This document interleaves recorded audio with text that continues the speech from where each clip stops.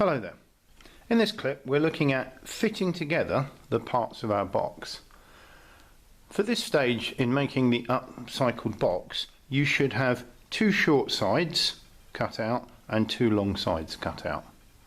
Now these have been cut out by hand, and obviously we've worked to be as accurate as possible by accurately marking out and cutting to size. But if we take a look at these, some of these may be a tight fit together, so we can see that's quite a tight fit, whereas others might be a loose fit, and that's just because we haven't used a cam or a laser cutter to cut this. We've cut them out by hand. So what we need to do is actually find the best fit for these pieces and mark them so they fit together. Now what I'm doing here is I've just got the best fit that I can, so I've laid them all out with the best fit that I can. And if we look here, we can see that this hasn't been cut deep enough, or this has been cut too deep, so we've got a gap here. So we have to rectify that.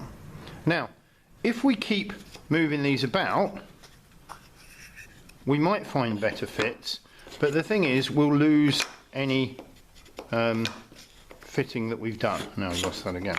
So we'll lose any fitting we've done. So what we need to do is we need to mark these joints so that the two joints keep together. And then any work we do on the joints moving towards a better fit will be on those joints only. So I'm going to mark this A, this part B and B, so these two joints go together. I'm going to mark this one C, this one D, this one D, and of course our last joint is going to be A, because it will come round and fit to the box. Obviously the box will fit together like this, but what we need to do now is spend some time fitting it so that it fits nicely before we glue it onto the base. One of the things we can use is abrasive paper. Now I've got two grades of abrasive paper here. If we look on the back, the numbers on the back of the abrasive paper denote the coarseness.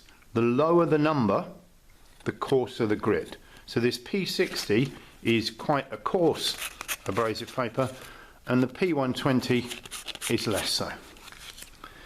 What I'm going to do, I need to start fitting some of the joints, and if I find, so I've got, for example, this joint A is a very tight joint, so I need to just take a small amount of material off that. And what I can do is I could use other tools, but if we just take one of the pieces, wrap a small piece of abrasive paper around it,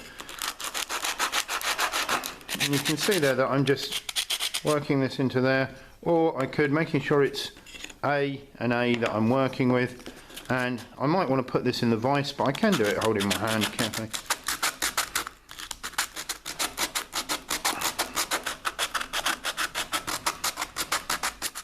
And by using this method we can take material from the side and from the base.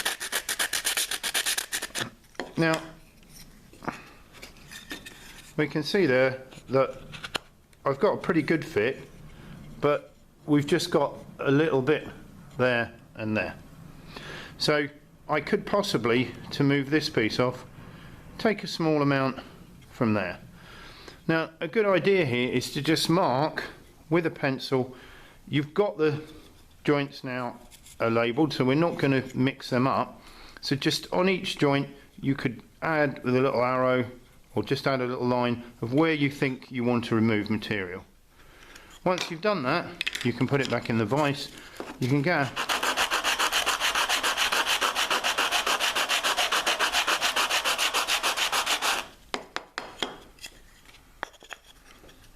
And you can see there, just taking a small amount off, and that's a pretty good fit. If you have any large gaps, so now I can start working on that one. If you have any large gaps, we'll look at fixing those later. That's something we can fix, but Now we need to just spend some time going around all of the joints A, B, C and D and making sure they all fit the best they can. Thank you for watching.